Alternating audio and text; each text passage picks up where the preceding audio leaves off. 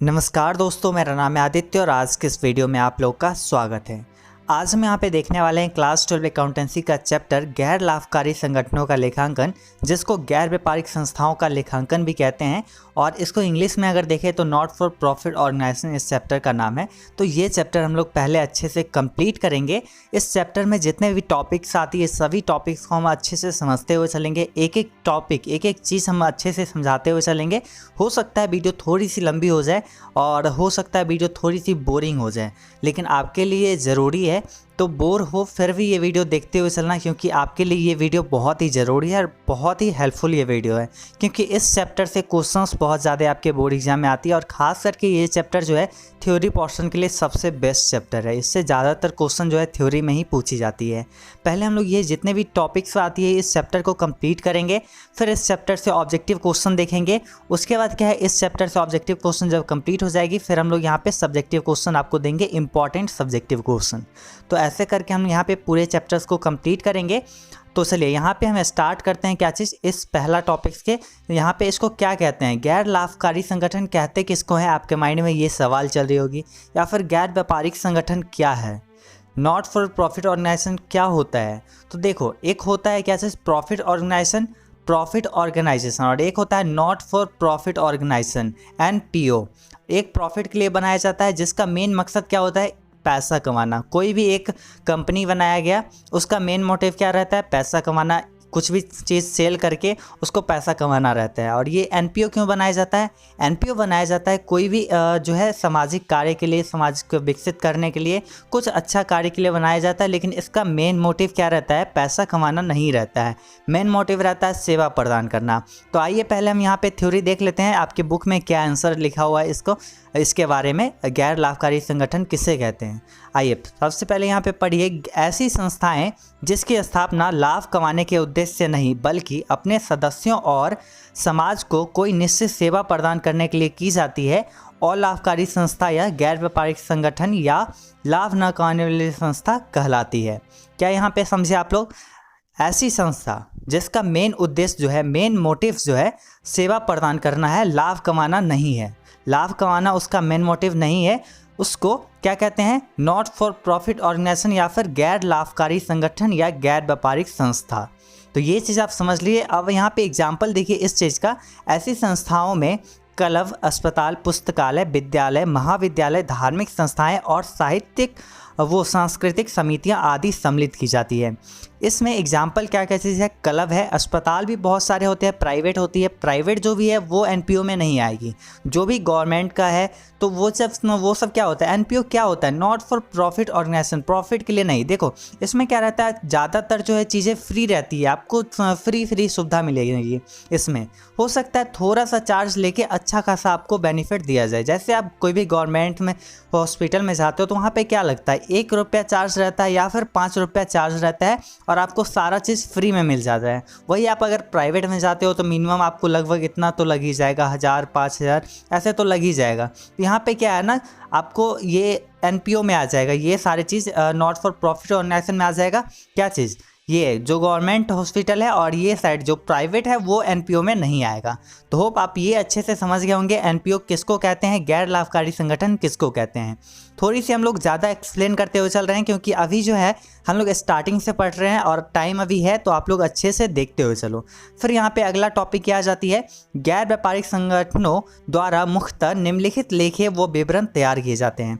अब आपके माइंड में सवाल ये होगा, देखो वो लोग क्या करते हैं, जो प्रॉफिट ऑर्गेनाइजेशन होते हैं वो सब क्या करते हैं, तो वो उनका अलग चीज़ है, वो प्रॉफिट एंड लॉस अकाउंट वगैरह बनाते हैं।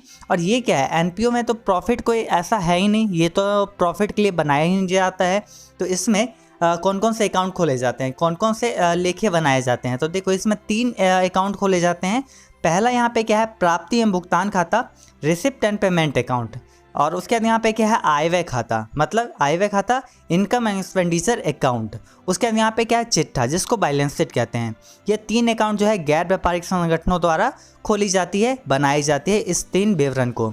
और देखो यहाँ पे हो सकता है आपके एग्जाम में क्वेश्चन आ जाए कि गैर व्यापारिक संगठनों द्वारा कौन कौन से लेखे एवं विवरण तैयार किए जाते हैं। तो आपको आंसर में लिखना होगा, गैर व्यापारिक संगठनों द्वारा मुख्यतः 3 लेखे या विवरण तैयार किए जाते हैं। पहला, प्राप्ति एवं भुगतान खाता, आयव्यय खाता एवं चिट्ठा। तो ये 3 हो गए। होप आप अच्छे से समझ गए होंगे। फिर हम लोग चलते हैं नेक्स्ट टॉपिक की तरफ और अच्छे से आप लोग समझते हुए चले। थोड़ा सा यहाँ पे हम लोग अच्छे से एक्सप्लेन करते हुए चल रहे हैं। तो अब यहाँ पे इंपॉर्टेंट पॉइंट में पहला पॉइंट क्या आ जाती है, दान, जिसको डोनेशन कहते हैं। ये जो है डोनेशन क्या है ना, ये एक मेन सोर्स है पैसा लेने का, पैसा इकट्ठा करने का, नॉट फॉर प्रॉफिट ऑर्गेनाइजेशन के लिए, मतलब गैर लाभकारी संगठनों के लिए क्या है, ये जो है मेन सोर्स है। अभी देखो इसी से क्या होता है, ये सारे जो है ये कंपनी चलता है, संचालन इसका होता है इसी के थ्रू। डोनेशन जब तक नहीं मिलेगा कोई भी एनपीओ सक्सेस नहीं हो पाएगा, चल नहीं पाएगा, क्योंकि उसका मेन मोटिव तो प्रॉफिट कमाना है ही नहीं, वो पैसा ऑलरेडी कमाता ही नहीं है। तो वो कैसे कोई किसी भी अपने स्टाफ को पैसा देगा, क्योंकि कोई भी एनपीओ चला रहा है, कोई भी उसमें अगर मान लेते हैं 10 मेंबर है तो 10 में से 10 ऐसे नहीं होंगे कि वो बोलेंगे हम पूरे दिन काम करेंगे और हम कुछ भी पैसा नहीं लेंगे, ऐसा तो नहीं होगा। उसमें 10 मेंबर होगा, उसमें से कम 9 मेंबर तो ज़रूर ऐसे होंगे जो कि पैसा मांगेंगे कि हम अगर पूरा दिन काम कर रहे हैं तो हमें अपना घर चलाने के लिए कुछ तो पैसा चाहिए। तो वो पैसा क्या है, वो उस स्टाफ को तो मिलेगा, स्टाफ तो अपना अपना पैसा लेगा ही, चाहे वो एनपीओ में काम करे या फिर प्रॉफिट ऑर्गेनाइजेशन कुछ में भी काम करे। तो यहाँ पे ये क्या है, इनको पैसा कहाँ से मिलेगा, जहाँ से डोनेशन जब तक नहीं मिलेगा इनको पैसा नहीं मिल पाएगा, क्योंकि ये एनपीओ जो है पैसा कोई भी सेवा जिसको प्रदान करता है उससे पैसा नहीं लेता है, ये जो है मुफ्त में देता है या फिर मिनिमम चार्जेस पे उपलब्ध करवाता है सेवा। उसके बाद यहाँ पे आइए सबसे पहले हम दान के बारे में देखते हैं। दान किसको कहते हैं, डोनेशन कहते किसको हैं। आपके एग्जाम में क्वेश्चन आ सकती है दान किसे कहते हैं। यहाँ पे देखिए, लाभ न कमाने वाली संस्थाओं के लिए दान एक महत्वपूर्ण प्राप्ति की मद है, ट्रांजैक्शन है। लाभ न कमाने वाली संस्था के लिए दान जो है एक महत्वपूर्ण ट्रांजैक्शन है, इंपॉर्टेंट ट्रांजैक्शन है। दान से अभिप्राय उस राशि से है जो किसी व्यक्ति या कंपनी से उपहार के रूप में प्राप्त होती है, किसी भी व्यक्ति या फिर कंपनी से उपहार के रूप में प्राप्त होता है। जैसे अभी देखे होंगे हाल में ही जब कोरोना वायरस का ये सारी चीज़ हुआ है तो इसमें क्या हुआ था, टाटा एंड स्टील कंपनी कितने दिए थे, रतन टाटा जी कितने रुपया यहाँ पे दिए थे, 1500 करोड़ रुपया दिए थे। कहाँ पे, पीएम रिफिल फंड में दिए थे, 1500 करोड़ रुपया दिए थे। तो वो क्या था, एक तरह से डोनेशन था जो कि वो दिए थे। तो ऐसे ही जब डोनेशन किसी भी एनपीओ को मिलता है तो उसके लिए ये क्या हो गया, डोनेशन हो गया, दान हो गया। अभी चलिए अब देखते हैं दान कितने प्रकार के होते हैं। कोई भी दान 2 प्रकार के होते हैं, या तो वो विशिष्ट दान होते हैं मतलब स्पेसिफिक डोनेशन होते हैं, या फिर वो सामान्य दान होते हैं, या फिर जिसको नॉमिनल या फिर नॉर्मल डोनेशन कहते हैं। तो विशिष्ट दान क्या होता है, देखो इसमें क्या है, विशिष्ट दान किसको कहते हैं। जैसे अभी कोरोना वायरस के लिए वो जो डोनेशन दिए 1500 करोड़ का, तो इसमें क्या था, इसमें कोई स्पेशल चीज़ था। जैसे इसमें बताया गया था ये रुपया इसलिए हम दिए हैं ताकि जो है गवर्नमेंट कोरोना वायरस के लिए लड़ पाए, उससे जो है देश को सुरक्षित कर पाए, एक स्पेशल चीज़ के लिए ये जो है डोनेशन मिला था। तो यहाँ पे देखो आप आगे अच्छे से इस चीज़ को समझ लोगे। पहले हम यहाँ पे आपको बताते हैं इसके बारे में। अब देखो विशिष्ट दान किसको कहते हैं, दान 2 प्रकार के हो गए, विशिष्ट दान और सामान्य दान। विशिष्ट दान को स्पेसिफिक डोनेशन कहते हैं। यह दान किसी विशेष उद्देश्य या कार्य की पूर्ति के लिए प्राप्त होता है, किसी भी विशेष उद्देश्य या कार्य की पूर्ति के लिए। जैसे 1500 करोड़ रुपया दिए थे रतन टाटा जी, तो ये किस लिए दिए, कोरोना वायरस को हराने के लिए, देश को जिताने के लिए, मतलब यहाँ पे उससे लड़ पाने के लिए ये जो है डोनेशन मिला था। एक स्पेशल कार्य के लिए दिए हैं, कोई भी विशेष कार्य के लिए ही दिए हैं, तो ये क्या आ जाएगी, ये क्या हो गई, विशेष या फिर विशिष्ट दान हो गई ये चीज़। अब आइए यहाँ पे देखते हैं, जैसे कॉलेज निर्माण के लिए दान मिला, वो क्या हो गया, विशिष्ट दान हो गया, क्योंकि उस दान का क्या है, वो इसलिए दिया गया है कि कॉलेज का निर्माण हो पाए। उसके बाद यहाँ पे क्या, भवन या ये पुस्तकालय के निर्माण के लिए वो डोनेशन मिला है, किस लिए, भवन या फिर पुस्तकालय का निर्माण हो पाए। उसके बाद यहाँ पे क्या है, अगर ये सारी चीज़ हो, अगर कुछ भी स्पेशल चीज़ के लिए, स्पेशल कार्य के लिए अगर दान मिलता है तो ऐसे दान को विशिष्ट दान या फिर विशेष दान कहते हैं, स्पेसिफिक डोनेशन कहते हैं। होप आप इसको अच्छे से समझ गए होंगे। फिर हम चलते हैं यहाँ पे सामान्य दान किसको कहते हैं ये देखने के लिए। तो आइए नीचे चलते हैं। पहले यहाँ पे देखिए क्या है सामान्य दान, जिसको जनरल डोनेशन भी कहते हैं। जनरल डोनेशन अब आइए देखते हैं किसको कहते हैं। जब दान सामान्य कार्यों या दिन प्रतिदिन के कार्यों के लिए दिए जाते हैं तब इन्हें सामान्य दान कहा जाता है। जब कोई भी दान मिला, जैसे मान लेते हैं अगर कोई भी व्यक्ति अगर 1000 रुपया कोई भी कंपनी को दिया, मान लेते हैं 1000 रुपया, मानने में क्या जाता है, या फिर मान लेते हैं 1 लाख रुपया दिया कोई भी कंपनी को, अगर दिया कोई भी चीज़ नहीं बोला कि इस चीज़ के लिए हम दे रहे हैं, कोई भी स्पेशल कार्य के लिए नहीं दिया, कोई भी विशेष कार्य के लिए नहीं दिया, वो बोला ही नहीं, बस सिंपल 1 लाख रुपया वो देके उस कंपनी को चला गया। अब यहाँ पे क्या हुआ, इसके लिए कोई वो विशेष जो है बताया नहीं किस चीज़ के लिए हम दिए, तो वो सामान्य दान में गिनती होगा और उसका क्या होगा, वो जब नॉर्मल डेज में कुछ भी पैसा का ज़रूरत होगा उस समय उसके यूज़ किया जाएगा। अभी देखो यहाँ पे इसको पहचानेंगे कैसे, जब बड़ा अमाउंट होगा, जब बहुत ज़्यादा बड़ा अमाउंट होगा, जैसे मान लेते हैं अगर 150 करोड़ हो गया, 100 करोड़ हो गया, ये सब क्या हो गया, बड़ा अमाउंट हो गया। अगर ऐसा अमाउंट है तो वो उसको हम लोग स्पेसिफिक डोनेशन मान लेंगे, या फिर जैसे स्पेसिफिक डोनेशन मान लेंगे। उसके बाद ये देखो, अगर मान लेते हैं 100 रुपया मिला, 50 रुपया मिला, अगर छोटा छोटा अमाउंट है उसको हम लोग जनरल डोनेशन मानेंगे, क्योंकि देखो छोटा अमाउंट से कोई भी बड़ा कार्य नहीं हो सकता। अगर कोई भी व्यक्ति 50 रुपया देगा और वो बोलेगा कि भाई जाओ और मंदिर का निर्माण कर लो मेरे रुपया से, 50 रुपया से, तो ये हो ही नहीं पाएगा। उसको हम लोग क्या करेंगे, नॉर्मल डेज में खर्च करेंगे। कोई भी किसी को सैलरी देने में तो बहुत से लोग जमा करेंगे, तो उन्हीं से मिला के हम लोग सैलरी दे सकते हैं, एनपीओ वाले सैलरी दे सकते हैं किसी स्टाफ को। उससे कोई भी बड़ा कार्य नहीं कर सकते हैं। तो इसलिए ये समझ लो, जब भी छोटा अमाउंट हो उसको क्या कहेंगे, जनरल डोनेशन या फिर सामान्य दान कहेंगे। तो ये चीज़ आप अच्छे से समझ गए होंगे, दान किसको कहते हैं, विशिष्ट दान किसको कहते हैं और सामान्य दान किसको कहते हैं।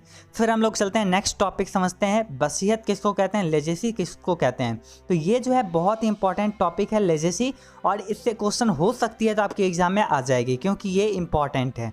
अभी देखो, वसीयत किसको कहते हैं। वसीयत एक प्रकार का उपहार या दान है जो मृत व्यक्ति की इच्छा अनुसार प्राप्त होता है। वसीयत एक प्रकार का उपहार है या दान है जो मृत व्यक्ति की इच्छा अनुसार प्राप्त होता है। यह नगद या संपत्ति के रूप में प्राप्त होता है। यह बार बार प्राप्त नहीं होता है। इसका मतलब क्या हुआ, वसीयत कोई भी, जैसे आपके दादाजी हुए, आपको कोई भी एक बंगला खरीद के दे दिए, कहीं पे भी एक मान लेते हैं दिल्ली में आपको एक बंगला खरीद के दे दिए, घर खरीद के दे दिए कि भाई लो बेटा, ये मेरे तरफ से तुम्हारे लिए उपहार है, और वो आपको मिल गया। वो क्या हो गया, आपका वसीयत, वो आपके लिए वसीयत हो गया। अभी जैसे उनका जो भी संपत्ति है वो उनका डेथ हो गया, उसके बाद क्या हुआ, आपको मिल गया, वो क्या हो गया, आपके लिए उपहार हो गया, ये वसीयत हो गया, और वो बार बार नहीं मिलेगा। कोई भी, अगर मान लेते हैं आपके पिताजी का जो संपत्ति है, अगर मान लेते हैं 100 करोड़ का संपत्ति है, जो भी घर है, जो भी आपके पास गाड़ी वगैरह है, सारे कुछ मान लेते हैं एक संपत्ति हो गया, वो सारी चीज़ हो गया, वो सब बाद में किसको मिलेगा, आपको मिलेगा। वो क्या हो गया, वसीयत मिल गया।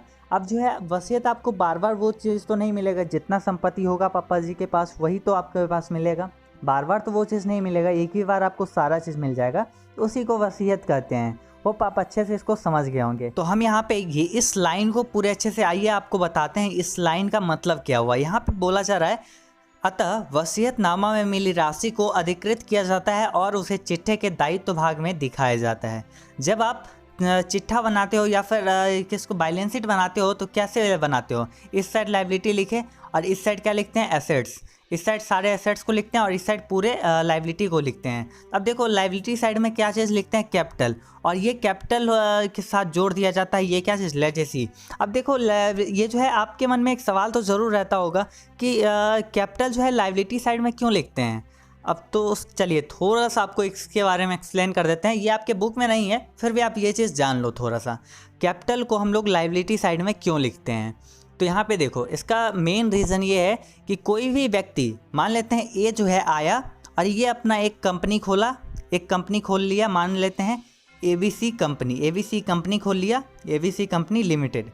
अब यहाँ पे क्या हुआ, तो ये जो कुछ पूंजी लाया, मान लेते हैं अगर 100 करोड़ का ये पूंजी लाया कि हम इससे कंपनी स्टार्ट कर रहे हैं, ये क्या हुआ, ये जो है कंपनी को दे दिया कि कंपनी इससे चलेगा 100 करोड़ से। तो ये क्या हो गया, कंपनी के लिए, तो ये क्या हो गया, लायबिलिटी हो गया कि हमको ये 100 करोड़ इस व्यक्ति से हम लिए हैं, तो हमको ये चुकाना है। ए व्यक्ति से लिए हैं, मतलब ए हमको दिया है 100 करोड़ रुपया। ये कंपनी क्या हो जाता है, एक इंडिविजुअल हो जाता है, एक अलग सेपरेट हो जाता है, और ये व्यक्ति जो है अलग हो जाता है। अगर ये व्यक्ति की मृत्यु, हत्या भी हो जाती है, फिर भी ये कंपनी रहेगा, इसको कोई और चलाएगा, जो भी डायरेक्टर्स वगैरह हैं, तो वो सारी चीज़ अपना वो चीज़ देखेंगे।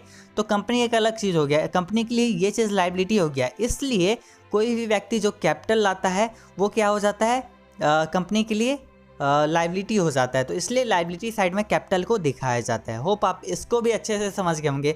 आपको बहुत सारे टीचर्स ये चीज़ नहीं बताते होंगे कि ये क्यों होता है। अभी चलो यहाँ पे देखते हैं आपको आगे क्या टॉपिक्स पढ़ना है। तो ये जो है अगला टॉपिक आ जाती है हमारे पास, प्रवेश शुल्क या एंट्रेंस फीस किसको कहते हैं। तो ये टॉपिक भी इम्पॉर्टेंट है। आइए देखते हैं कि क्या है ये टॉपिक। जो शुल्क सदस्य बनने के लिए दिया जाता है उसे प्रवेश शुल्क कहा जाता है। जो शुल्क सदस्य बनने के लिए दिया जाता है उसे प्रवेश शुल्क कहा जाता है। इसी प्रकार स्कूल और कॉलेज में नामांकन कराते समय नामांकन हेतु जो राशि दी जाती है उसे नामांकन शुल्क कहा जाता है। होप आप समझ गए होंगे, काफ़ी इजी लाइन में हम आपके लिए लिख दिए थे। प्रवेश शुल्क वो राशि है जो कि प्रवेश करते वक्त कोई भी कंपनी में या फिर कोई भी फॉर्म में एंट्री करने के लिए उसमें प्रवेश करने के लिए जो राशि दिया जाता है उसको प्रवेश शुल्क कहते हैं। ऐसे ही जब आप स्कूल में एडमिशन लेते हैं, कॉलेज में एडमिशन लेते हैं, उस समय जो भी एंट्रेंस फी लगता है, जो भी उसमें नामांकन शुल्क लगता है, एडमिशन फीस लगता है, उसको क्या कहते हैं? उसको कहते हैं नामांकन शुल्क। आइए एडमिशन फ़ीस कहते हैं। अब यहाँ पे अगला हम लोग टॉपिक देखते हैं, आजीवन सदस्यता शुल्क, लाइफ मेंबरशिप फ़ीस। तो ये लाइफ मेंबरशिप फ़ीस क्या, आजीवन सदस्यता शुल्क किसे कहते हैं? आजीवन सदस्यता शुल्क वह शुल्क है जो अलाभकारी संस्था अपनी सदस्यों से उसके जीवन काल में एक ही बार प्राप्त करती है। मतलब कोई भी जो कंपनी है, फॉर्म है, वो क्या करती है, अपने कोई भी मेंबर को ज्वाइन करते वक्त या फिर बाद में एक ही बार जो है पेमेंट जो लेती है, जो भी राशि लेती है, उसको जो है आजीवन सदस्यता शुल्क कहते हैं। और वो जो है पूरे लाइफ में, होल लाइफ के लिए एक ही बार लिया जाता है। लाइफ टाइम के लिए वो जो है फीस लिया जाता है और उसके बाद फिर दोबारा वो नहीं लिया जाता है। मतलब आजीवन सदस्यता शुल्क एक ही व्यक्ति से बार बार नहीं लिया जाता है। तो चलिए फिर हम लोग नेक्स्ट टॉपिक देखते हैं, आजीवन सदस्यता शुल्क के बाद मानदेय। मानदेय किसको कहते हैं? हॉनरियम। तो अब इसके बारे में आप लोग बहुत ज़्यादा सुने होंगे लेकिन इसके बारे में ज़्यादा कुछ जानते नहीं होंगे।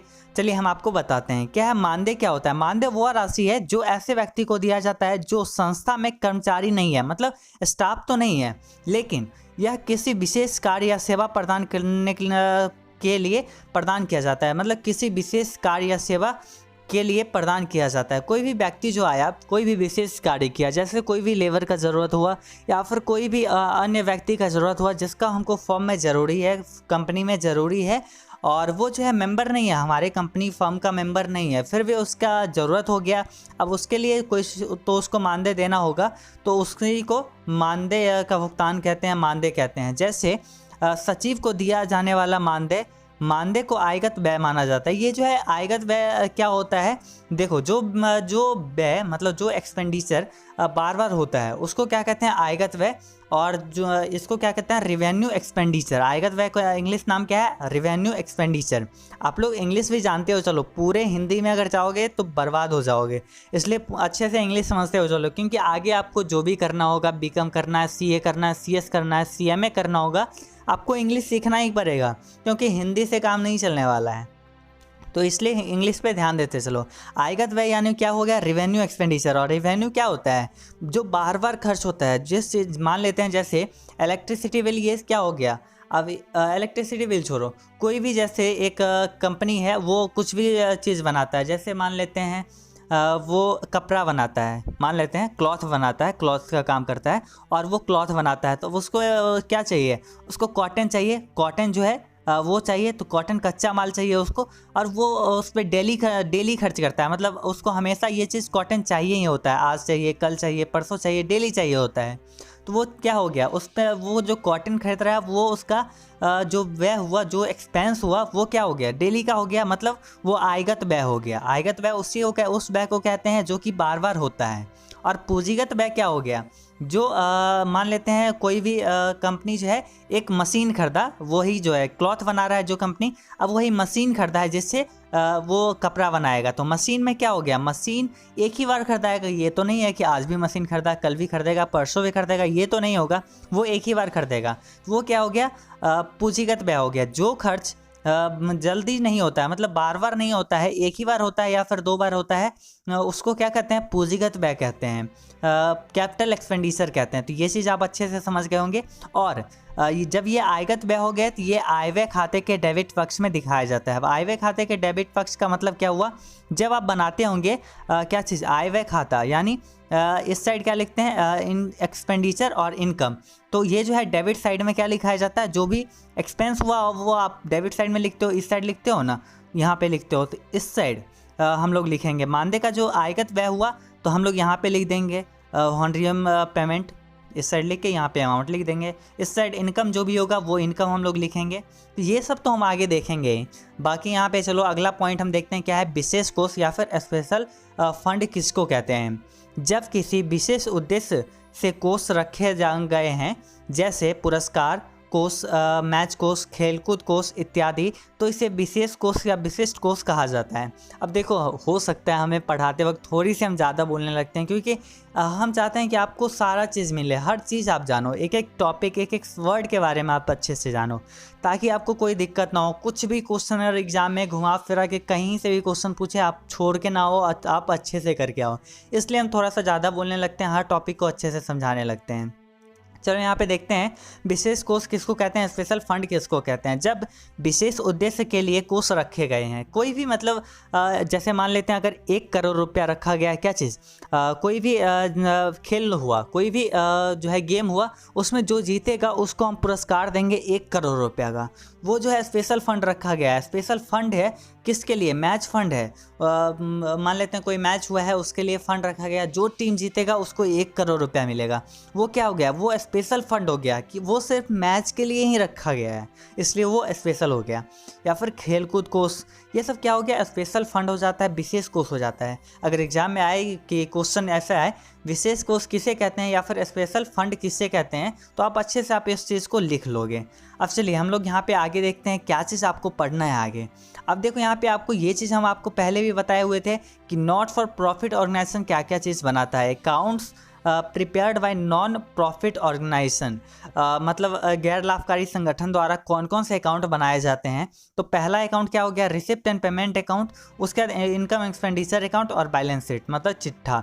इनकम एक्सपेंडिचर अकाउंट और रिसिप्ट एंड पेमेंट अकाउंट, आय व्यय खाता, और उसके यहाँ पे आय व्यय खाता और प्राप्ति एवं भुगतान खाता, और फिर चिट्ठा। ये 3 अकाउंट जो है नॉट फॉर प्रॉफिट ऑर्गेनाइजेशन द्वारा बनाया जाता है।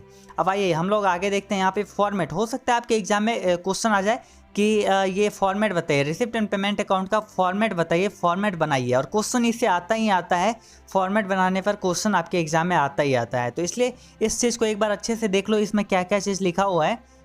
सबसे पहले आप यहाँ पे देखो format, receipt and payment account. Debit side में रिसिप्ट लिखते हैं हम लोग, और क्रेडिट साइड में हम लोग पेमेंट लिखते हैं। अब इस साइड हम लोग क्या, 1 साल में जो भी रिसिप्ट हुआ, जो भी पेमेंट हुआ है, चाहे वो पिछले साल हम अगर 1 लाख का कच्चा माल खरीदे थे और उसका हम लोग पेमेंट नहीं किए थे, मान लेते हैं वो पेमेंट हम लोग नहीं किए हैं, और इस साल हम बोल दिए थे कि अगले साल हम पेमेंट कर देंगे, और अब वो अगला साल आ चुका है, तो अब आप 1 लाख के वो जो पेमेंट करेंगे तो वो आप यहाँ पे पेमेंट में दिखाओगे, चाहे वो पिछले साल का हो या फिर हम एडवांस में पे कर दिए कि अगले साल तुम हमको कोई भी कच्चा माल दे देना, उसके लिए आज ही हम पेमेंट कर देते हैं। तो अगर 1 साल में जो भी खर्च हुआ है, जो भी रिसिप्ट हुआ है, वो आपको यहाँ पे लिखना है रिसिप्ट एंड पेमेंट अकाउंट में।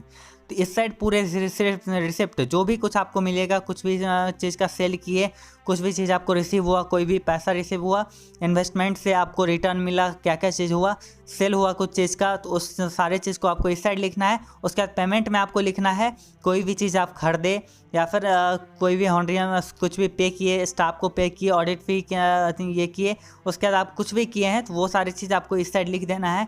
चाहे आप इलेक्ट्रिसिटी बिल पे किए हैं, एडवर्टीजमेंट किए हैं, सारी चीज़ आपको इस साइड लिख देना पेमेंट साइड में। तो होप आप ये सारी चीज़ अच्छे से समझ गए होंगे। आप एक बार अच्छे से देख लो इस साइड क्या क्या चीज़ है, कुछ एग्जाम्पल यहाँ पे दिया हुआ है। फिर हम यहाँ पे चलते हैं क्या चीज़ अगला देखने के लिए।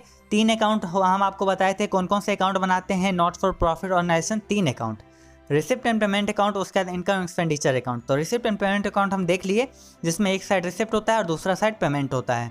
और अगला हम देखते हैं यहाँ पे क्या है, format of income expenditure account. Format of income and expenditure account, अब इसको क्या कहते हैं, ये मतलब कैसे बनाया जाता है ये अकाउंट।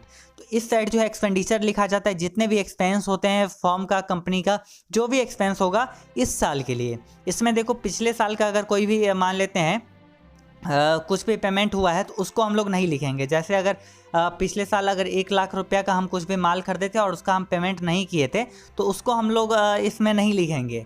इसको हम लोग कहाँ लिखेंगे, ये 1 लाख जो हम पेमेंट किए हैं उसको हम लोग पेमेंट साइड में वहाँ उस दर लिखेंगे। कहाँ पे, इसमें लिखेंगे, इसमें, इस अकाउंट में, रिसिप्ट एंड पेमेंट अकाउंट में पेमेंट साइड में लिखेंगे। अरे 1 लाख रुपया हम पिछले साल माल खरीदे थे और अभी इस साल पेमेंट कर रहे हैं तो इसमें हम लोग लिखेंगे। और वही यहाँ पे क्या है, जो इस साल के लिए है, इस साल अगर हम मान लेते हैं 1 लाख का कुछ भी खरीदे, 1 लाख रुपया का कुछ भी खरीदें और उसका हम लोग यहाँ पे पेमेंट नहीं भी किए हैं तो फिर भी हम यहाँ पे लिखना ही होगा इसमें एक्सपेंडिचर में। तो ये क्या है, जो भी इनकर्ड हुआ है इस साल के लिए तो वो आपको यहाँ पे लिखना है, और जो भी इनकम हुआ है इस साल तो वो सी चीज़ आपको लिखना है। तो ये आप एक बार अच्छे से देख लो क्या क्या चीज़ यहाँ पे लिखना है। जो भी बैड डेप्ट होगा वो इस साइड लिखना है, उसके बाद जो भी यहाँ पे क्या डेप्रिसिएशन होगा, पेमेंट होगा, तो ये सारी चीज़ हम आपको बताए कि यही सारी चीज़ लिखना है और यही आपको ऐसे करके अकाउंट बनाना होगा। तो होप आप इसको भी अच्छे से एक बार समझ गए होंगे। उसके बाद यहाँ पे क्या है, आगे हम लोग अब देखेंगे क्या चीज़, ऑब्जेक्टिव क्वेश्चन। सबसे पहले ऑब्जेक्टिव क्वेश्चन हम लोग देखेंगे। चलिए ऑब्जेक्टिव क्वेश्चन स्टार्ट करते हैं। ये जो है हिंदी और इंग्लिश दोनों मीडियम के स्टूडेंट के लिए है, सो आप आराम से देखो। पहला क्वेश्चन यहाँ पे क्या आ जाती है, वसीयत को मानना चाहिए, वसीयत को मानना चाहिए। Legacy should be treated as, मतलब वसीयत को क्या मानना चाहिए, लेजेसी को कैसा ट्रीट करना चाहिए। तो सबसे पहले बात आप ये जान लो यहाँ पे क्या हो जाती है। लेजेसी कहते किसको हैं, द अमाउंट और property received by non trading business. जो अमाउंट जो है नॉन ट्रेडिंग बिजनेस के द्वारा रिसीव होता है, जो भी प्रॉपर्टी का अमाउंट जो है रिसीव होता है उसको क्या कहते हैं, लेजेसी कहते हैं, वसीयत कहते हैं। और ये क्या होता है, एक नॉन रेकरिंग होता है, मतलब ये जो है बार बार नहीं मिलता है, एक बार मिलता है। So it is a capital receipt. तो ये जो है कैसे हो जाएगा, कैपिटल रिसिप्ट हो जाएगा। रेवेन्यू रिसिप्ट क्या होता है, जो बार बार मिलता है, और ये कैपिटल रिसिप्ट क्या होता है, जो एक बार मिलता है, वन टाइम मिलता है। तो उसको क्या कहते हैं, यहाँ पे कैपिटल रिसिप्ट कहते हैं। और ये जो है क्या हो गया, इसलिए यहाँ पे ये कैपिटल रिसिप्ट है, इसलिए जो है इसको बैलेंस शीट में, बैलेंस शीट के लायबिलिटी साइड में कैपिटल के साथ जोड़ देते हैं। अभी क्या होता है, ये जो कैपिटल पहले बात आ जाती है, वसीयत एक टाइम मिलता है तो ये हो गई कैपिटल रिसिप्ट, और कैपिटल रिसिप्ट हो गई तो इसको क्या करना है, इसलिए इसको जो है बैलेंस शीट में लायबिलिटी के साइड में किससे जोड़ देंगे, तो कैपिटल के साथ जोड़ देंगे इसको। तो ये क्या हो जाएगी, वसीयत को क्या मानना चाहिए, तो लायबिलिटी मानना चाहिए, दायित्व तो मानना चाहिए। और अगर देखो यहाँ पे अगर ऑप्शन में आ जाता कि ये जो है आयगत प्राप्ति है या फिर पूंजीगत प्राप्ति है, तो यहाँ पे आप पूंजीगत प्राप्ति आंसर टिक कर सकते हो। वैसे यहाँ पे ऑप्शन सी बिल्कुल सही हो जाएगी, वसीयत को मानना चाहिए, दायित्व लायबिलिटी, ऑप्शन सी सही हो जाएगी। अभी देख लेते हैं क्वेश्चन नंबर 2, और इसमें क्या है, सचिव को मानदेय का भुगतान है, सचिव को मानदेय का भुगतान है। Payment of honorarium of security is treated as, तो यहाँ पे क्या आंसर हो जाएगा, सचिव को मानदेय का भुगतान क्या होता है, ये हो जाता है ऑप्शन यहाँ पे सी सही हो जाएगा, आयगत व्यय, रिवेन्यू एक्सपेंडिचर। मतलब यहाँ क्या होता है, ये बार बार देते हैं, हर साल देते हैं, हर महीना देते हैं, उस हिसाब से देते हैं। तो ये क्या हो रहा है, वन टाइम से ज़्यादा हो रहा है तो इसके लिए आयगत व्यय हो जाएगा। अगर वही वन टाइम होता तो पूंजीगत व्यय हो जाता। यहाँ पे ऑप्शन सी बिल्कुल यहाँ पे सही हो जाएगी। अभी देखते हैं क्वेश्चन नंबर 3, और इसमें क्या है, क्वेश्चन नंबर 3 में क्या बोला जा रहा है, आप आराम से देखिए। विशिष्ट दान है, स्पेसिफिक डोनेशन इज ए, विशिष्ट दान क्या है, स्पेसिफिक डोनेशन इज, तो ये हो जाएगा यहाँ पे क्या चीज़, पूंजीगत रिसिप्ट, यानी यहाँ पे हो जाएगा कैपिटल रिसिप्ट, पूंजीगत प्राप्ति। अब देखो विशिष्ट दान क्या होता है, जो एक बार मिलता है, कोई स्पेसिफिक डोनेशन मिलता है तो उसको क्या कहते हैं, वो कुछ स्पेसिफिक पर्पस के लिए मिल रहा है वो डोनेशन जो होता है, तो वो क्या हो जाता है, पूंजीगत प्राप्ति हो जाता है।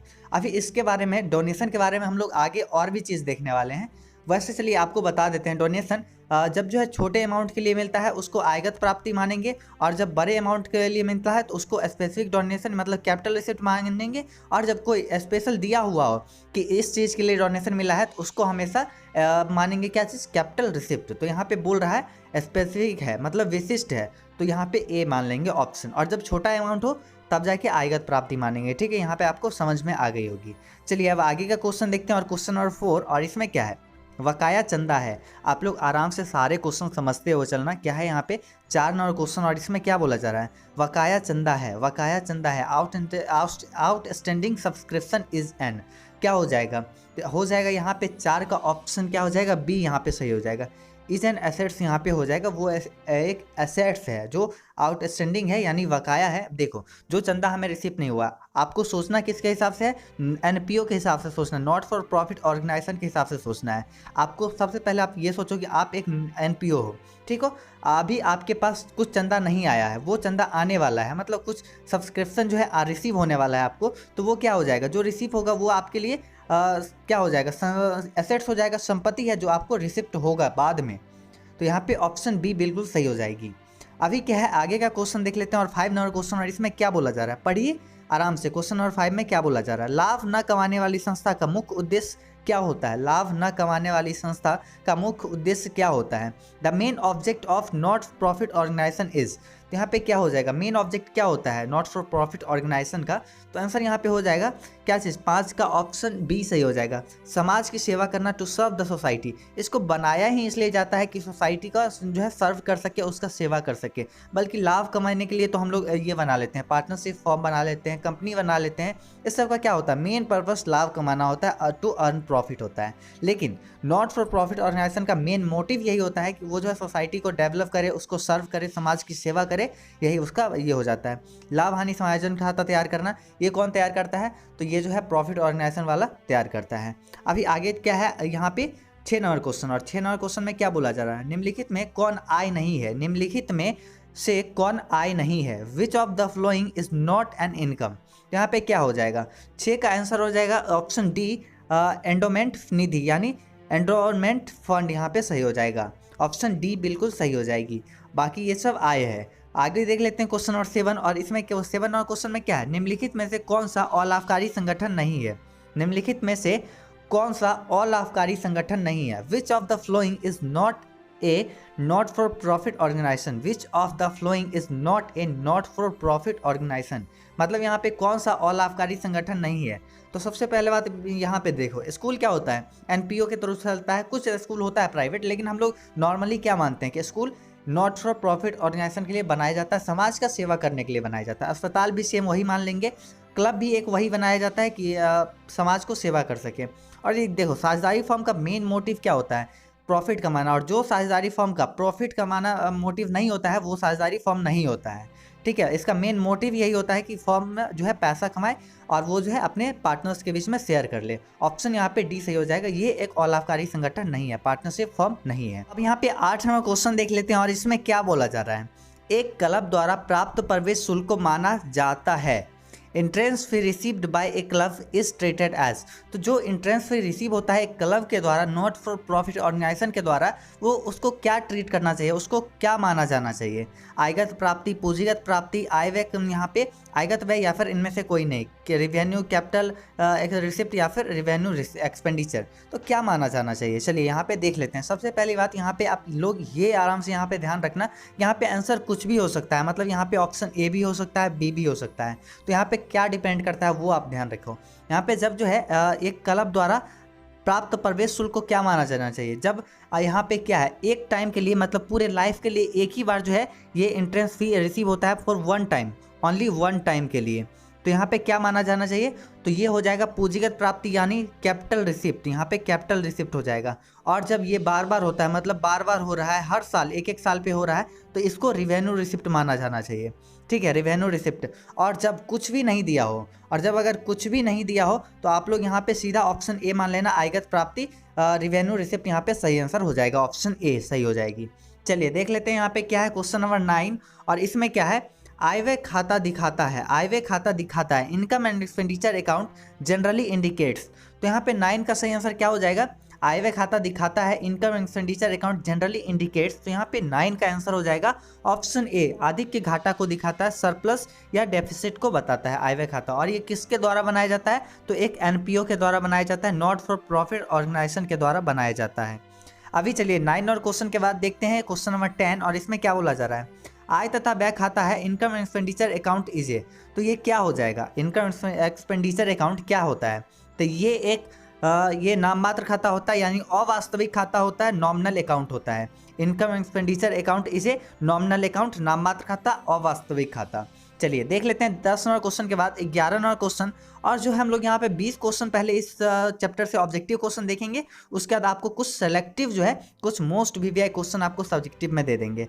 चलिए यहाँ पे क्या है, 11 नंबर क्वेश्चन है, प्राप्ति एवं भुगतान खाता समानता दर्शाता है, receipt and payment account is usually indicates. तो 11 का सही आंसर क्या हो जाएगा, ऑप्शन सी हो जाएगा। ऑप्शन सी, डेबिट से यानी डेबिट बैलेंस हमेशा दिखाता है, समानता मतलब जनरली जो है दिखाता है क्या है, डेबिट बैलेंस दिखाता है। अभी जो है 12 नंबर क्वेश्चन देखते हैं और ये क्या है, आय व्यय खाता बनाया जाता है, आय व्यय खाता बनाया जाता है, income and expenditure account, income and expenditure account is prepared. ये कौन बनाता है, तो देखो व्यावसायिक संस्था तो नहीं बनाता है, औद्योगिक संस्था द्वारा तो नहीं बनाया जाता है, और सभी संस्थाओं द्वारा भी नहीं बनाया जाता है। लाभ न कमाने वाली संस्था के द्वारा केवल और केवल बनाया जाता है, जिसका मोटिव होता है प्रॉफिट नहीं कमाना। By not for profit organization के द्वारा income and expenditure account prepare किया जाता है, उसके द्वारा बनाया जाता है आय व्यय खाता। चलिए 12 का ऑप्शन यहाँ पे सी सही हो जाएगी। अब आगे क्वेश्चन देख लेते हैं और ये 13 नंबर क्वेश्चन, और इसमें क्या है, पढ़िए आराम से। यहाँ पे 13 नंबर क्वेश्चन और इसमें क्या बोला जा रहा है, balance of income and expenditure account shows, आय व्यय खाता का शेष क्या दर्शाता है, डैश दर्शाता है। तो यहाँ पे क्या आंसर हो जाएगा, तो 13 का सही आंसर हो जाएगा ऑप्शन नंबर डी। यानी यहाँ पे ऑप्शन डी में क्या है, आय पर व्यय पर आय का की अधिकता या विलोमता, यानी excess of income over expenditure और वाइस वर्सा। यहाँ पे ऑप्शन डी बिल्कुल सही हो जाएगा। 10 का यहाँ पे क्या चीज़, यहाँ पे सॉरी 13 नंबर का राइट आंसर हो जाएगा ऑप्शन नंबर डी। 13 का ऑप्शन डी बिल्कुल सही हो जाएगा। अभी देख लेते हैं 14 नंबर क्वेश्चन, और इसमें क्या है, मृत व्यक्ति की वसीयत, मृत व्यक्ति की वसीयत से प्राप्त संपत्ति को कहा जाता है property received as a result of the will of the deceased person is called. तो यहाँ पे क्या हो जाएगा, 14 का आंसर हो जाएगा यहाँ पे ऑप्शन ए रिक्त, यानी लेजेसी माना जाना चाहिए। यहाँ पे ऑप्शन ए सही हो जाएगा, उसको लेजेसी माना जाता है। तो यहाँ पे 15 नंबर क्वेश्चन देख लेते हैं। इसमें बोला जा रहा है life membership fees received by club is shown इन, एक क्लब द्वारा प्राप्त आजीवन संस्था शुल्क को दिखाया जाता है। तो किस में दिखाया जाता है, आय व्यय खाता में, इनकम एक्सपेंडिचर में, बैलेंस शीट में, रिसिप्ट एंड पेमेंट अकाउंट में, या फिर नन ऑफ दिस। तो क्या आंसर हो जाएगी, देखो इसके बारे में थोड़ा सा समझ लेते हैं, बस थोड़ा सा। क्या होता है, amount received as life membership fees is treated as capital receipt recording in balance sheet. अब देखो जब कैपिटल रिसिप्ट के रूप में रिसीव होता है तो इसको बैलेंस शीट में दिखाया जाता है। और उसके बाद कुछ और चीज़ देखो, इफ़ अमाउंट इज मतलब अमाउंट जो होता है लाइफ मेंबरशिप फीस का, जब स्मॉल हो ना तो उसको क्या ट्रीट करना चाहिए, उसको जो हमेशा इनकम ट्रीट करना चाहिए, और वो उसको ट्रांसफ़र कहाँ करना चाहिए, इनकम एक्सपेंडिचर अकाउंट में। और जब कुछ दिया हो कि लाइफ मेंबरशिप फीस किसी स्पेसिफिक डायरेक्शन दिया हो, इसके लिए ही रिसीव हुआ है, तो वहाँ पे आपको जनरली जो है उसको क्या करना चाहिए, उसके अकॉर्डिंग ट्रीट करना चाहिए। और जब कुछ नहीं दिया हो, तो जब कुछ नहीं दिया होगा तो आपको वहाँ पे कैपिटल रिसिप्ट मान लेना होगा, कैपिटल रिसिप्ट मान के और उसको बैलेंस शीट में ट्रांसफर कर देना होगा। बैलेंस शीट में आर्थिक चिट्ठा यहाँ पे सही आंसर हो जाएगा। Life membership fees received by club is shown in, तो यहाँ पे नहीं दिया है कि छोटा अमाउंट है, बड़ा अमाउंट है, या फिर स्पेसिफिक के लिए। जब कुछ नहीं दिया हो तो सीधा आप उसको बैलेंस यहाँ पे मान लेना, सीधा कैपिटल रिसिप्ट, और कैपिटल रिसिप्ट मान के बैलेंस शीट में ट्रांसफर कर देना। ऑप्शन डी यहाँ पे सही हो जाएगी। अभी देख लेते हैं 16 नंबर क्वेश्चन, और इसमें 16 में क्या बोला जा रहा है, गैर व्यापारिक संस्था से में अधिक लेन देन होते हैं, most transaction in non trading transactions are. तो यहाँ पे क्या हो जाएगा, आंसर हो जाएगा यहाँ पे ए कैश। यहाँ पे अधिकतम लेन देन क्या होता है, कैश में होता है। देखो कुछ ना कुछ तो होता है कि हाँ उधार में भी होता है, लेकिन यहाँ पे ज़्यादातर क्या होता है, अधिक लेन देन किस में होते हैं, तो नगद में होता है, कैश में होता है। देखो कोई भी सब्सक्रिप्शन रिसीव होना है तो आपको डायरेक्ट मिल जाता है, कैश में मिल जाता है। कोई डोनेशन रिसीव होना है तो लगातार जो यहाँ पे कैश में रिसीव हो जाता है। कुछ ही होता है जो कि उधार में होता है, तो इसलिए यहाँ पे सी तो गलत हो जाएगी, ऑप्शन ए मेरे हिसाब से सही हो जाएगी, ऑप्शन ए सही हो जाएगी। तो अब यहाँ पे 17 नंबर क्वेश्चन देखते हैं, और इसमें क्या है, एक क्लब द्वारा प्राप्त अग्रिम चंदे को चिट्ठे के डैश पक्ष में दिखाया जाता है। Subscription received in advance by a club are shown in dash side of balance sheet. मतलब अगर आपको एडवांस में सब्सक्रिप्शन रिसीव हो गया है तो उसको बैलेंस शीट के किस साइड में दिखाना चाहिए, एसेट साइड में, लाइबिलिटी साइड में। तो यहाँ पे आंसर हो जाएगा क्या चीज़, लाइबिलिटी साइड में, ऑप्शन बी यहाँ पे सही हो जाएगा। जिसका डेट अभी नहीं पूरा है लेकिन आपको वो रिसीव हो चुका है, तो वो आपके लिए क्या हो जाता है, लाइबिलिटी साइड में, वहाँ पे कैपिटल के साथ वो ऐड हो जाएगा। यहाँ पे ऑप्शन बी सही हो जाएगा, ऑप्शन यहाँ पे बी सही हो जाएगा 17 का। तो अब यहाँ पे 18 नंबर क्वेश्चन देखते हैं, और इसमें क्या है, receipt and payment account is a, प्राप्ति और भुगतान खाता क्या है, वास्तविक खाता है, या फिर पर्सनल अकाउंट है, या फिर नॉमिनल अकाउंट है, या फिर नन है। तो 18 का सही आंसर हो जाएगा ऑप्शन यहाँ पे बी सही हो जाएगा, यानी वास्तविक खाता यानी रियल अकाउंट सही हो जाएगा, ऑप्शन बी सही हो जाएगी।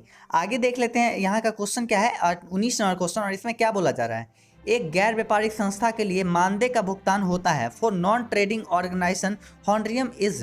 तो क्या हो जाएगा यहाँ पे, आंसर हो जाएगा 19 नंबर क्वेश्चन का ऑप्शन बी सही हो जाएगा। ऑप्शन बी आयगत व्यय यानी रेवेन्यू एक्सपेंडिचर सही हो जाएगी। अभी देख लेते हैं 20 नंबर क्वेश्चन, और यहाँ पे 20 क्वेश्चन के देखने के बाद हम लोग सब्जेक्टिव क्वेश्चन आपको बताएंगे और वो क्वेश्चन आप नोट कर लीजिएगा। 20 नंबर क्वेश्चन में क्या है, गैर व्यापारिक संस्थाओं में व्यय पर आय की अधिकता को कहते हैं। In non trading concern excess of income over expenditure is called. यहाँ पे 20 का आंसर हो जाएगा ऑप्शन नंबर बी अधिशेष यानी सरप्लस, यहाँ पे सही आंसर हो जाएगा 20 का ऑप्शन बी राइट हो जाएगा। अभी देख लेते हैं आगे क्वेश्चन, यहाँ पे 20 क्वेश्चन तो हो गए ऑब्जेक्टिव में, अब यहाँ पे इंपॉर्टेंट सेलेक्टिव सब्जेक्टिव क्वेश्चन यहाँ पे है, तो आप लोग आराम से इसको नोट कर लीजिएगा और सारे क्वेश्चन आराम से आप लोग बना लीजिएगा अपने बुक से ढूंढ के या फिर टीचर से सलाह लेके पूछ के, ये सारे क्वेश्चन आप आराम से पढ़ लीजिएगा, याद कर लीजिएगा इन सारे क्वेश्चन को। इसी में से आपको कुछ क्वेश्चन आपको एग्जाम में देखने को मिलेंगे। लाभ यहाँ पे सॉरी लाभ होना चाहिए था, लाख हो गया। लाभ न कमाने वाली संस्था का अर्थ बतावे। State the meaning of not for profit organization. लाभ न कमाने वाली संस्था का अर्थ बतावे। पहला क्वेश्चन ये लिख लीजिए, और उसके बाद यहाँ पे क्या है, प्राप्ति और भुगतान खाता क्या है, यह आय व्यय खाता से किस प्रकार भिन्न है। देखो यहाँ पे लिखना क्या होगा, मतलब आय व्यय खाता और प्राप्ति एवं भुगतान खाता में डिफरेंस क्या होता है ना, लगभग उसी टाइप से यहाँ पे आपको पूरा लिखना होगा। प्राप्ति और भुगतान खाता क्या है, यह आय व्यय खाता से किस प्रकार भिन्न है। What is receipt and payment account and how is different from income expenditure account. यहाँ पे 2 नंबर क्वेश्चन, और इसको भी आराम से लिख लो। और ये सब क्वेश्चन है ना, ये क्वेश्चन नंबर 2 पहले भी पूछा जा चुका है। यहाँ पे 3 नंबर क्वेश्चन, और इसमें क्या है, प्राप्ति एवं भुगतान खाते से आय व्यय खाता किस प्रकार बनाया जाता है। How is income expenditure account prepared from receipt and payment account. तो ये भी क्वेश्चन नोट कर लेना, इंपॉर्टेंट क्वेश्चन है और ज़्यादा नहीं, कुछ ही क्वेश्चन आपको लिखा रहे हैं, तो आप आराम से लिख लीजिए। चौथा क्वेश्चन यहाँ पे है, आय व्यय खाते की मुख्य विशेषताएं बताइए। आय व्यय खाते की मुख्य विशेषताएं बताइए। State the main features of income expenditure account. State the main feature of income and expenditure account. और देखो 4 क्वेश्चन तो देख लिए, अब 1-2 क्वेश्चन और देख लो मात्र। यहाँ पे क्या है, प्राप्ति एवं भुगतान खाते की विशेषताएं दीजिए। विशेषताएं बतावे इसका, किसका, प्राप्ति एवं भुगतान खाते का। रिसिप्ट एंड पेमेंट अकाउंट का कुछ उसका फीचर देना है। अभी जो है 6 नंबर क्वेश्चन देखिए, आय व्यय खाते एवं प्राप्ति एवं भुगतान खाते में अंतर बताइए। आय व्यय खाते और प्राप्ति एवं भुगतान खाते में अंतर बताइए। अभी यहाँ पे 2 यहाँ पे क्वेश्चन है, distinguish between receipt and payment account and income and expenditure account. आपको इस दोनों में डिफरेंस आ सकता है एग्जाम में। और दूसरा यहाँ पे क्या है, आय व्यय खाता और लाभ हानि खाता में। यहाँ पे क्या है, इनकम एक्सपेंडिचर अकाउंट और प्रॉफिट एंड लॉस अकाउंट में आपको यहाँ पे डिस्टिंग्विश पूछ सकता है आय व्यय खाता। और यहाँ पे कुछ 1, 2, 3 यहाँ पे लिख लीजिए, ये सब डिफाइन द फॉलोइंग आ सकता है, शॉर्ट क्वेश्चन में ये सब आएगी। तो चंदा या अभिदान, सब्सक्रिप्शन का डेफिनेशन पूछ सकता है। डोनेशन यानी यहाँ पे दान का डेफिनेशन पूछ सकता है। उसके बाद वसीयत लेजेसी का डोनेशन यहाँ पे पूछ सकता है डेफिनेशन। और एंट्रेंस फी का यहाँ पे पूछ सकता है डेफिनेशन, या फिर लाइफ मेंबरशिप फीस यानी आजीवन संस्था शुल्क के बारे में पूछ सकता है। तो देखो यार, यहाँ पे हम लोग क्या चीज़ देख लिए, टोटल यहाँ पे चैप्टर 1 जो आती है एनपीओ, तो ये हम लोग अच्छे से कंप्लीट कर लिए हैं। यहाँ पे चैप्टर 1 ऑब्जेक्टिव क्वेश्चन और साथ में आपको सब्जेक्टिव क्वेश्चन बता दिए। और सब्जेक्टिव क्वेश्चन जो भी है ना, तो बस लगभग आपको इसी में से सारे क्वेश्चन आ जाएंगे जो आपके बोर्ड एग्जाम में पूछे जाएंगे। तो मैक्स और आपको यहाँ पे 7 क्वेश्चन है, 7 क्वेश्चन आराम से याद कर लेना।